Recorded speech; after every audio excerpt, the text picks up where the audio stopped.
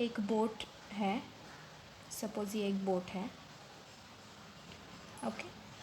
तो इसकी स्पीड है suppose b, let b be the speed of boat, okay, speed of boat.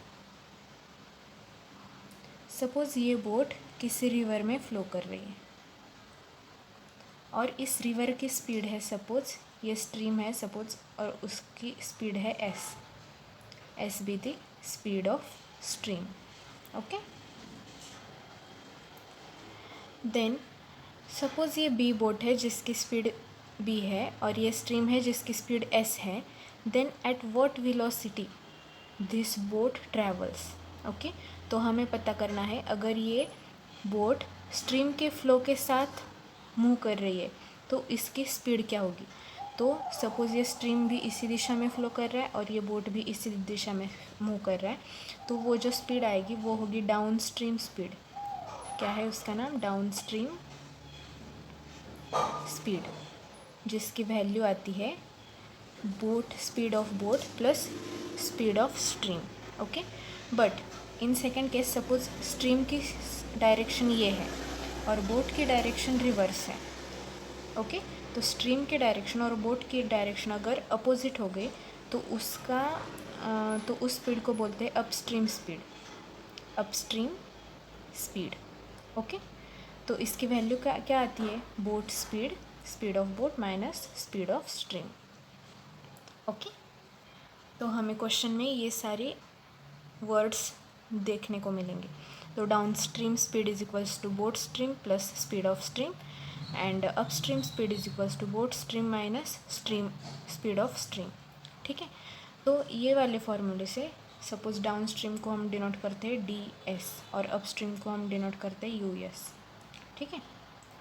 तो हमें अभी सपोज़ करते कि हमें ये दोनों की वैल्यू दी है, down stream speed and upstream speed की। तो सपोज़ हमें इन दोनों का हमने एडिशन किया, down stream speed plus upstream speed is equals to क्या आएगा? Boat speed plus stream speed plus boat speed minus stream speed.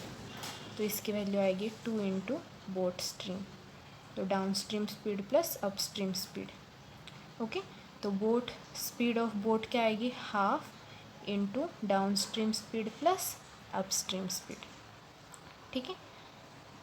तो हम अगर हमें डाउन स्ट्रीम स्पीड दी है और अपस्ट्रीम स्पीड दी है तो हम उससे स्पीड ऑफ बोट फाइंड कर सकते हैं। सिमिलरली अगर हमें down stream speed and upstream speed दी है तो हम स्पीड ऑफ स्ट्रीम भी फाइंड कर सकते हैं।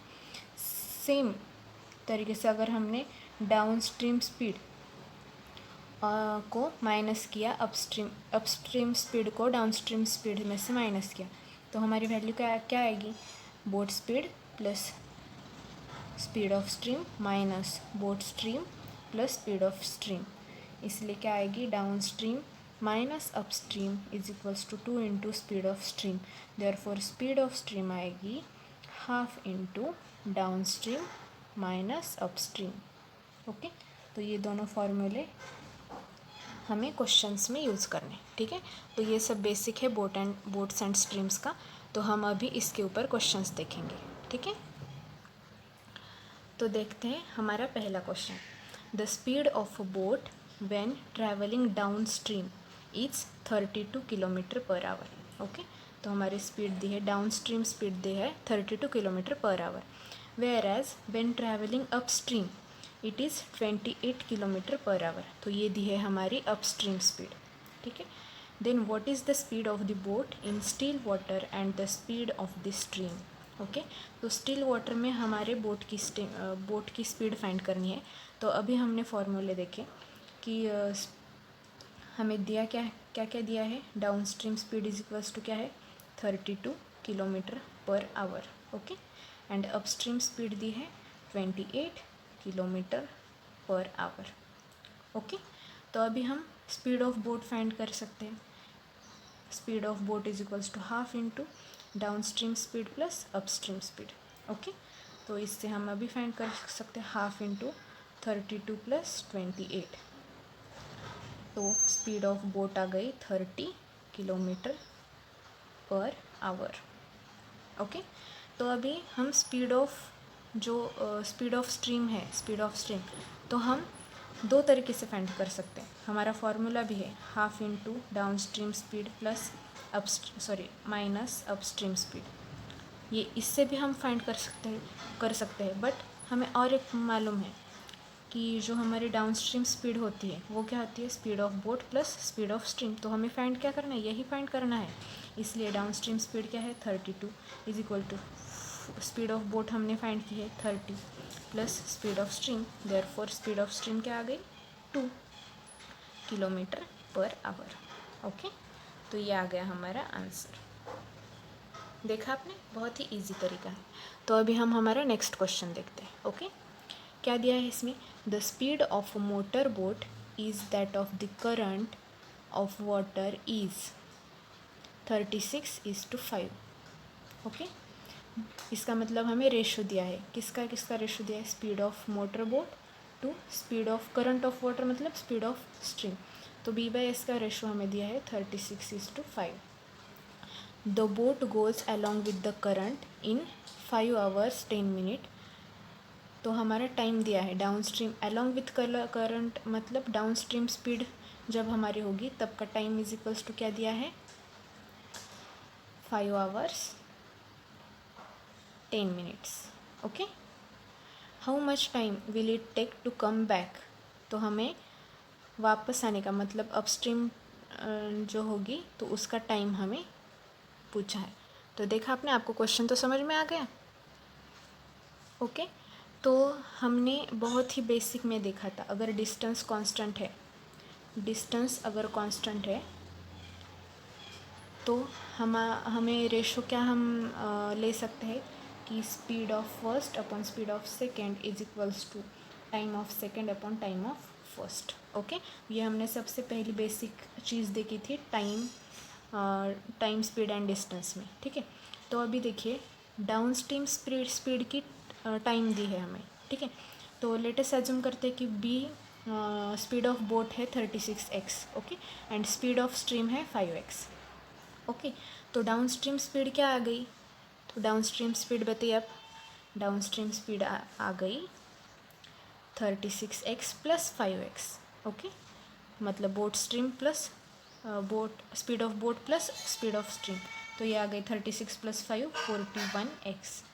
एंड हमारी अप स्ट्रीम स्पीड क्या आ गई, boat speed minus speed of stream, तो इसकी वैल्यू आ गई 31x.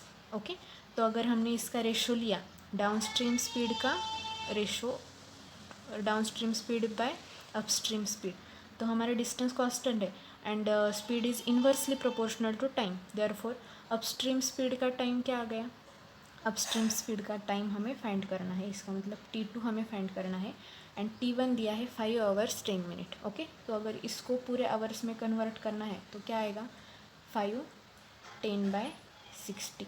इस 10 मिनट को हमें आवर में कन्वर्ट करना है, इसलिए डिवाइडेड बाय 6 दिया है.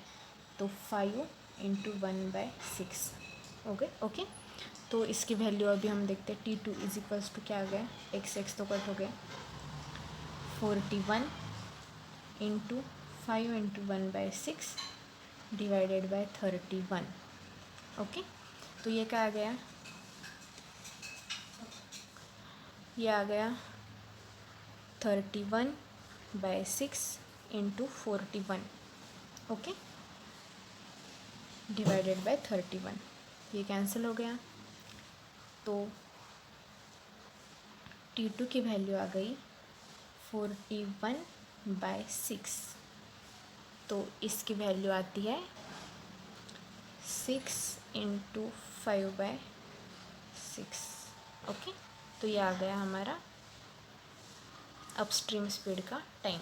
तो boat will come back in 6 hour and इसको अगर मिनट में कन्वर्ट किया तो इसकी वैल्यू आती है 6 hour 50 minutes. ओके, तो ये है हमारा आंसर. तो अभी हम नेक्स्ट क्वेश्चन देखते हैं. तो हमारा नेक्स्ट क्वेश्चन है, a boat goes 8 kilometer upstream and then returns. Total time taken is 4 hours 16 minutes. If the velocity of current is 1 kilometre per hour. Find the actual velocity of the boat. Okay, then तो हमारे speed of stream दी है 1 kilometre per hour. Okay, and हमारा total time दिया है, total time है हमारा 4 hours and 16 minutes. Okay, तो अगर हमने टोटल टाइम टी कंसिडर किया तो ये क्या आएगा 4 × 16 डिवाइडेड बाय 60, या आ गया आवर्स में. ओके, तो टी हमारा आता है 4 hour 4 × 4/15. यहाँ पे हमारा डिस्टेंस दिया है हमें, distance is equals to 8 kilometre. Okay, तो डिस्टेंस हमारा कांस्टेंट है, तो हमारी down stream speed let us consider करते कि let speed of boat is B B the speed of boat, speed of boat. Okay, तो डाउन स्ट्रीम स्पीड क्या आ गई हमारी B plus upstream speed of stream क्या है 1, एंड हमारी अपस्ट्रीम स्पीड आती है बी -1. तो total time is equals to क्या आता है डिस्टेंस अपॉन स्पीड. तो इसी फॉर्मूला का यूज़ करके देखिए हम क्या यूज़ करते हैं. डाउन स्ट्रीम स्पीड का जो अगर हमें सपोज़ ये बोट है, उसको एक पॉइंट पे जाने के लिए और वहाँ से वापस आने के लिए जो टाइम लगता है वो है टोटल टाइम. तो हमारे टोटल टाइम की वैल्यू क्या आ गई, total time 4 × 4/15 is equals to क्या है डाउन स्ट्रीम जाने के लिए जो टाइम लगेगा वो, तो distance 8 upon time, down stream speed की डिस्टेंस अपॉन स्पीड. तो स्पीड क्या है स्पीड ऑफ बोट +1 प्लस अभी अप स्ट्रीम आने के लिए डिस्टेंस तो सेम है 8, तो स्पीड ऑफ बोट -1. तो अगर हमने यहाँ से सॉल्व किया तो हमारे 4 × 4/15 is equals to 8b - 8 + 8b + 8 upon b² -1. Okay, तो यहाँ से हमारी b की वैल्यू आती है 4 किलोमीटर पर आवर.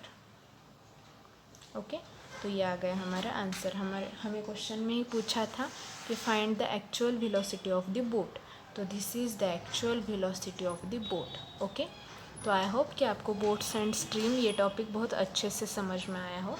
तो अगले वीडियो मैं अब पोस्ट करती रहूँगी, तो प्लीज़ मेरे चैनल को सब्सक्राइब कीजिए और मेरे वीडियोज़ को लाइक कीजिए. Thank you.